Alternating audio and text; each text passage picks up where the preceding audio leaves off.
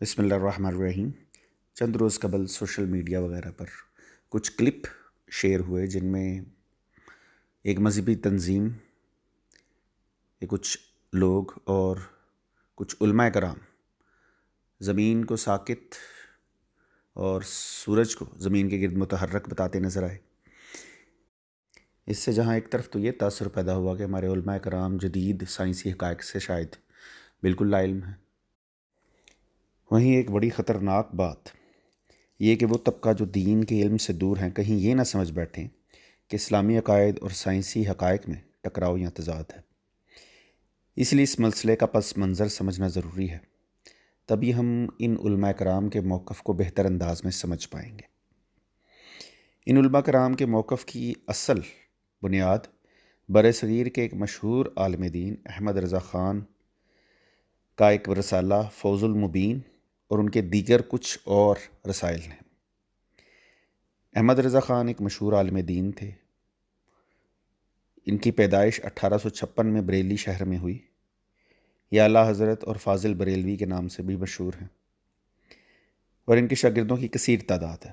بہت سے علماء کرام سمیت وہ اسلامی اصلاحی تنظیم جنہوں نے یہ مسئلہ ڈسکس کیا وہ بھی انہی کے شاگردوں میں کہلاتی ہے۔ اعلیٰ حضرت کے متعلق میں یہ بتانا چاہتا ہوں کہ ذہنی طور پر نہایت ذہین فتین آدمی، غیر معمولی صلاحیتوں کے حامل اور عام علماء کرام کی نسبت میتھمیٹکس کے بہت بہت زبردست ذہن، اور اس دور کے حساب سے جب یہ دور غلامی میں تو اس دور کے حساب سے یہ بہت ہی نایاب قسم کے بندے تھے۔ اس مسئلے کی وضاحت میں سب سے پہلا پوائنٹ تو میں یہ واضح کر دوں کہ زمین کے ساکن ہونے پر قرآن پاک میں، حدیث مبارکہ میں یا خلفائے راشدین کے قول میں کوئی واضح تصریح موجود نہیں۔ کچھ آیات سے، کچھ دیگر باتوں سے اعلیٰ حضرت نے یہ رائے قائم تو کی کہ زمین ساکن ہے، لیکن اس زمرے میں کوئی تصریح موجود نہیں۔ اس کا اقرار انہوں نے خود اپنے رسالے نزول آیات فرقان میں کیا ہے کہ وہ اس مسئلے پر سب سے پہلی دلیل جو لائے ہیں وہ عبداللہ ابن مسعود رضی اللہ تعالیٰ عنہ کا قول یا اثر ہے۔ اب یہ قول یا اثر کیا ہے، اس کی وضاحت آپ کو اس سارے فتوے کی ڈیٹیل میں مل جائے گی جو میں ریفرنسز ساتھ دوں گا، لیکن بیسک بات یہ یاد رکھیے کہ زمین کے سکون پر، ساکن ہونے پر قرآن پاک میں، حدیث مبارکہ میں یا خلفائے راشدین میں سے کسی کے قول میں کوئی واضح تصریح موجود نہیں۔ اب غور طلب بات یہ کہ اعلیٰ حضرت نے زمین کو ساکن کیوں بتایا، تو ذرا غور فرمائیے کہ اس دور کا جو سائنسی ماڈل تھا وہ خود فلاڈ تھا۔ اس دور میں سورج کو ساکن یعنی اسٹیشنری سمجھا جاتا تھا، اور آج ہم یہ بات خوب جانتے ہیں کہ کائنات کی ابتدا بگ بینگ سے بتائی جاتی ہے، اور اس حساب سے سورج، چاند، ستارے، تمام سیارے، تمام ستارے متحرک ہیں، ہر ایک کا اپنا اپنا مدار ہے، اور یہ بات قرآنی آیات سے زیادہ بہتر تطبیق رکھتی ہے کیونکہ قرآن پاک میں سورج کی حرکت کو واضح بتایا گیا ہے۔ آج سے تقریباً 110 سال قبل کی اس اعلیٰ حضرت کی ریسرچ کے وقت نہ خلاباز تھے، نہ راکٹس تھے، نہ سیٹلائٹ تھی، نہ جی پی ایس تھا، اور نہ علوم و فنون کی ترسیل اس قدر عام تھی جیسی آج ہے۔ تیسری بات یہ کہ اس دور میں مروج نیوٹن کی گریوٹی کی تھیوری، سینٹریپیٹل فورس کی تھیوری اور اس طرح کی کچھ دوسری تھیوریز میں بہت سی غلطیاں بعد میں ثابت ہوئیں۔ اعلیٰ حضرت نے جو ان تھیوریز پر اعتراضات کیے وہ بڑے منطقی تھے، اسی حساب سے آپ زمین کی حرکت کے متعلق بھی مشکوک تھے۔ چوتھی بات یہ کہ اس دور میں سائنس اور سائنسی تحقیقات یہ خالص انگریز یا نصرانیوں کا علم سمجھا جاتا تھا۔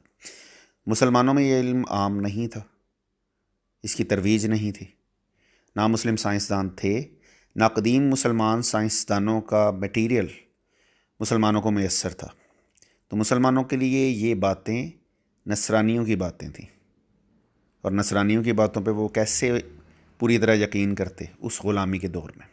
تو مسلمان ان باتوں کو شک و شبے سے دیکھتے تھے۔ اب آئیے اس بات کی طرف کہ اعلیٰ حضرت کی زمین کے ساکن ہونے کی بات کیوں غلط تھی۔ تقریباً 10 مسلم ممالک کے 13 خلاباز خلا میں جا کر زمین کی حرکت کا مشاہدہ اپنی آنکھوں سے کر چکے ہیں۔ جو انٹرنیشنل اسپیس اسٹیشن ہے وہاں پر یہ خلاباز کئی دن قیام کرتے ہیں۔ ملیشیا میں باقاعدہ ایک کانفرنس میں یہ ڈسکس ہوا کہ خلا میں جا کر قبلہ رخ ہو کر نماز کیسے ادا کی جائے گی، اس پر علماء نے بحث کی۔ دوسری بات یہ کہ درجنوں مسلم ممالک کی سیٹلائٹس زمین کے مدار میں اس وقت بھی موجود ہیں جو زمین کی حرکت کا مشاہدہ کر رہی ہیں۔ جی پی ایس ہم سب لوگ اپنے موبائلز میں یوز کر رہے ہیں، یہ بھی سیٹلائٹ کے ذریعے ہی ٹیکنالوجی کام کرتی ہے۔ فوکو پینڈولم یہ ایک بڑی حد تک سادہ تجربہ ہے جس کے ذریعے زمین کی حرکت کا مشاہدہ واضح کیا جا سکتا ہے۔ چوتھی بات یہ کہ لانگ رینج بلسٹک میزائلز جو آج کل تقریباً دنیا کے سبھی ممالک کے پاس موجود ہیں، ان کو کسی اپنے مطلوبہ مقام پر ٹارگٹ کرتے وقت زمین کی حرکت کو کیلکولیشن میں باقاعدہ شامل کیا جاتا ہے، اور یہی کام طیاروں کے ٹیک آف اور لینڈنگ کے وقت بھی کیا جاتا ہے۔ پانچواں یہ کہ چاند اور سورج کی حرکت جو ہمیں ننگی آنکھوں سے نظر آتی ہے یا ٹیلیسکوپ سے نظر آتی ہے، وہ زمین کی حرکت کے ماڈل کے ذریعے ہی واضح سمجھی جا سکتی ہے۔ کل فی فلک یسبحون کی آیت بھی ہر سیارے اور ستارے پر دلیل لگتی ہے۔ اور ساتویں بات یہ، پولز جو نارتھ اور ساؤتھ پولز ہیں، ان کے قریبی علاقوں میں رہنے والے مسلمان خود مشاہدہ کر چکے کہ کئی ماہ کا دن اور کئی ماہ کی راتیں ہوتی ہیں۔ یہ زمین کی اپنی مداری حرکت کے ذریعے ہی ہو سکتا ہے، ویسے یہ ممکن نہیں۔ اب ذرا اس پر نظر کریں کہ اعلیٰ حضرت ان سب باتوں کے باوجود گریٹ کیوں تھے۔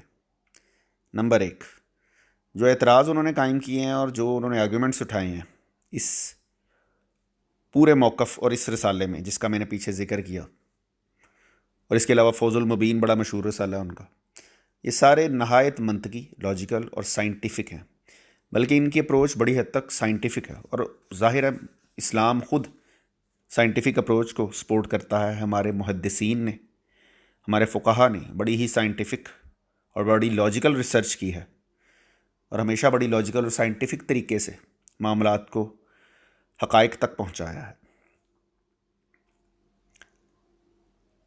دوسری بات یہ کہ اس دور کے جدید سائنسی علوم پر آپ کی معلومات میرے لیے بھی حیران کن ہیں۔ آپ لوگرتھم کا استعمال کیا کرتے تھے، آپ قبلہ کا رخ ڈھونڈنے میں، دیگر دوسری میتھمیٹکس میں، نمازوں کے اوقات کار متعین کرنے میں اس کا استعمال کثرت سے کرتے اور بتاتے رہے۔ اس کے علاوہ جیومیٹری کے، میتھمیٹکس کے زبردست ماہر ہیں، غیر معمولی اللہ تعالیٰ نے ان کو صلاحیت دی ہے اس معاملے میں۔ سورج زمین سے کتنی دور ہے، کتنا بڑا ہے، اس کے اعداد و شمار جدید سائنٹیفک کتب سے، جو اس دور کی جدید سائنٹیفک کتب تھیں، ان سے 3 سال کا مٹیریل آپ نے اپنے فتوے میں شامل کیا ہے۔ اب یہ ریسرچ آج کے دور میں بھی غیر معمولی ہے۔ آج سے تقریباً 110 سال، 120 سال پہلے کے دور میں ایک چھوٹے سے شہر میں بیٹھا ہوا ایک مسلمان عالم، بغیر انٹرنیٹ، بغیر کسی اور ذریعے کے، بغیر کسی بڑی لائبریری کے، بغیر باقاعدہ سائنٹیفک کوئی بیک گراؤنڈ کے، کیونکہ اعلیٰ حضرت جو تھے یہ کوئی سائنس کے باقاعدہ طالب علم نہیں تھے، یہ بیسیکلی ایک عالم دین ہیں، لیکن ان کی تحقیق غیر معمولی ہے جو انہوں نے اپنے فتوے میں مینشن کی ہے۔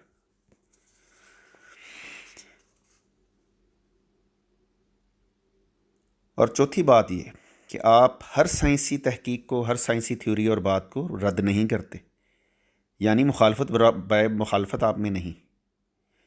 ایٹامک سٹرکچر سمیت بہت سی دوسری سائنسی تھیوریز کی آپ نے توثیق کی ہے کہ اسلام کے نزدیک ہیں، اسلامی روح کے زیادہ قریب ہیں، تو ہم ان کی تصدیق کرتے ہیں۔ اب آئیے ذرا اس بات پر کہ آج کل کے ان کے جو شاگرد ہیں وہ کیا غلطی کر رہے ہیں انہی کے فتوے کو اسلام بتا کر۔ پہلی بات تو یہ کہ جن بنیادوں پر اعلیٰ حضرت نے یہ فتویٰ قائم کیا وہ آج بالکل بدل چکی ہیں۔ مسلم خلاباز خلا میں جا چکے، مسلم سائنسدان زمین کی حرکت کا مشاہدہ کر چکے۔ اعلیٰ حضرت کے دور میں کسی مسلمان کے منہ سے یہ بات سنی نہیں جاتی تھی، اور آج مسلمان بچہ بچہ اس بات کو حقیقت سمجھتا ہے، اور خود مسلم ماہرین، مسلم سائنسدان، مسلم خلاباز، میٹیورولوجسٹ وغیرہ اس بات کو بالکل کمٹ کرتے ہیں۔ تو اب سچویشن وہ نہیں رہی جو اعلیٰ حضرت نے اپنے فتوے میں کہی تھی کہ کوئی ایک چھوٹی سے چھوٹی مسلم کتاب بتائیے جس میں یہ ذکر ہو۔ تو اب بہت سے مسلمان سائنسدانوں کی گواہیاں، مسلمان علماء کی گواہیاں اس بات پر دلیل ہیں۔ دوسری بات، 120 سال قبل والی ریسرچ جو اعلیٰ حضرت نے کی اس مسئلے پر، اس کو اسلام مت بتائیں۔ خود اعلیٰ حضرت کے دور میں کچھ علماء زمین کی حرکت کے قائل تھے، تو یہ اختلافی مسئلہ ہے جس پر اعلیٰ حضرت کی ایک رائے تھی۔ آپ اس کو صریح اسلام بتا کر بہت سے لوگوں کے ذہنوں کو ابہام میں مبتلا کر رہے ہیں، کیونکہ زمین کی حرکت اب جہاز وغیرہ، راکٹ وغیرہ کے ذریعے قابل مشاہدہ ہے۔ سیٹلائٹ سے امیجز موجود ہیں جو ساری چیز کو کرتی ہیں، ہم سب کے موبائل میں GPS موجود ہے۔ تو اب سچویشن بہت ڈیفرنٹ ہے جو پہلے سے تھی۔ اب آپ اس کو اسلام بتا کر بہت سے مسلمانوں کو کنفیوز کر رہے ہیں، اور خود اپنے لیے پوزیشن بڑی خراب کر رہے ہیں۔ تیسری بات، اعلیٰ حضرت نے اپنے دور کی جدید ترین سائنسی تھیوری کو پڑھا، سمجھا، اور اس پر نہایت لاجیکل اعتراض کیے۔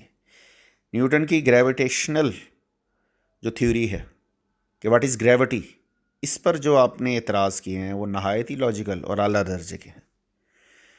اب آج ہم جانتے ہیں کہ گریوٹی اٹ سیلف کوئی فورس نہیں، بلکہ اسپیس ٹائم کے اندر کسی بھی میسو آبجیکٹ کا کرو ہے جس کو ہم گریوٹی کہتے ہیں۔ تو گریوٹی اٹ سیلف کوئی فورس نہیں ہے۔ اعلیٰ حضرت کے دور میں جو ماڈل تھا گریوٹی کا، جو زمین و آسمان کی موومنٹ کا ماڈل تھا، وہ فلاڈ تھا، اس میں بہت سی خامیاں، خرابیاں تھیں۔ اعلیٰ حضرت نے اس ماڈل کو پڑھا، سمجھا، اور اس پر نہایت لاجیکل اعتراض کیے۔ آپ ان کے پیروکار ہیں، آپ ان کے خوشہ چین ہیں، آپ نام لیتے ہیں ان کا، آپ کو بھی جدید تھیوری پڑھ کر اس پہ رائے قائم کرنی چاہیے۔ میں نہیں کہتا کہ سائنس کی ہر تھیوری کو حق مان لیں، آپ اس کو پڑھیں، اس پر لاجیکل اعتراض کریں، اس پر رائے قائم کریں، قوم کی رہنمائی کریں۔ چوتھی بات، روزمرہ کے دیگر کئی معاملات میں اعلیٰ حضرت کے فتاویٰ سے آج اختلاف کیا جاتا ہے۔ اعلیٰ حضرت کے دور میں مسلمان شدید غلامی، بدترین غلامی میں تھے بر صغیر کے اندر۔ انگریز کلچر، جدید کلچر کا غلبہ تھا۔ مسلمان علماء، مسلمان عوام کو ان کی روٹس، ان کی بنیادی اوصاف سے دور ہوتا ہوا دیکھ رہے تھے۔ اس دور میں اعلیٰ حضرت کے فتوے وغیرہ، ریسرچ وغیرہ بہت ٹائٹ تھی۔ آج جب ہم ایک آزاد اسلامی مملکت کے اندر موجود ہیں تو ہمیں بھی پتہ ہے کہ بہت سے معاملات میں اعلیٰ حضرت کی پیروی آپ لوگ خود نہیں کرتے۔ جدید انداز کی کٹنگ، پینٹ شرٹ میں نماز، فوٹوز، ویڈیوز، ان سب چیزوں پر اعلیٰ حضرت کی رائے سے مختلف چل رہے ہیں آپ۔ تو اگر ان چیزوں پر ان کی رائے سے اختلاف کیا جا سکتا ہے تو یہ جو زمین کی حرکت جو اب ایک کھلی حقیقت ہے، اور زمین بنانے والا رب کریم ہے، کوئی انگریز یا نصرانیوں کی زمین نہیں ہے، تو آپ زمین کی حرکت پر بلا وجہ کا اعتراض کر کے اس 120 سال پرانی ریسرچ کو عین اسلام مت بتائیں، قوم کی ٹھیک اور درست رہنمائی فرمائیں۔ اللہ تعالی ہم سب کو ہمارے بزرگوں کے نقش قدم پر چلنے کی توفیق عطا فرمائے، اور ان کے انداز میں معاملات کو پرکھنے کی، سوچنے سمجھنے کی صلاحیت عطا فرمائے۔ آمین۔